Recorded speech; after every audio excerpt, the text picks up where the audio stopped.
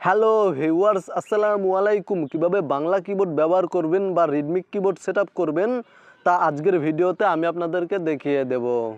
প্রথমেই আপনারা আপনাদের মোবাইল ফোন থেকে প্লে স্টোর ওপেন করবেন, তারপরে রিদমিক কিবোর্ড টাইপ করে সার্চ করবেন এবং মোবাইল ফোনের প্লে স্টোর থেকে রিদমিক কিবোর্ডটি ইনস্টল করে নেবেন। রিদমিক কিবোর্ড ইনস্টল হয়ে গেলে ওপেনে ক্লিক করে দিবেন। তারপরে এখানে দেখতে পাচ্ছেন সেটআপ শুরু করুন, এই অপশানে ক্লিক করে দিবেন। দেন এখানে দেখতে পাচ্ছেন সেটিংস অন করুন, এই অপশানে ক্লিক করে দিবেন।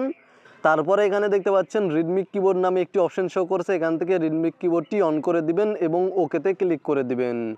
দেন পুনরায় আবার ওকেতে ক্লিক করে দিবেন।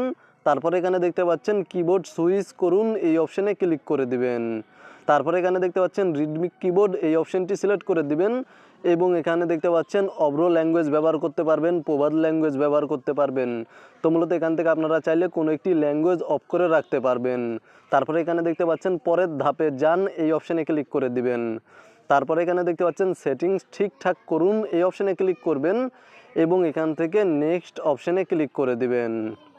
তারপরে আবারও নেক্সট অপশানে ক্লিক করবেন। সেমভাবে আপনারা নেক্সট অপশানে ক্লিক করার পরে এখানে দেখতে পাচ্ছেন অনুমতি দিন, এই অপশানে ক্লিক করবেন। তারপরে পারমিশন অ্যালাউ করে দিবেন এবং নিচে দেখতে পাচ্ছেন শেষ করুন, এই অপশানে ক্লিক করে দিবেন। তাহলে আপনাদের রিদমিক কিবোর্ডটি সেটআপ হয়ে যাবে। এখানে দেখতে পাচ্ছেন আমি আপনাদেরকে দেখিয়ে দিচ্ছি আমার মোবাইল ফোনের রিদমিক কিবোর্ডটি সেটআপ হয়ে গিয়েছে। মূলত আপনারা ভিডিওতে দেখানো এই নিয়মে আপনাদের মোবাইল ফোনে বাংলা কিবোর্ড ব্যবহার করতে পারবেন বা রিদমিক কিবোর্ড সেটআপ করতে পারবেন। ভিডিওটি দেখে উপকৃত হয়ে থাকলে অবশ্যই কমেন্টে জানাবেন। ভিডিওতে একটি লাইক করে সাথেই থাকবেন।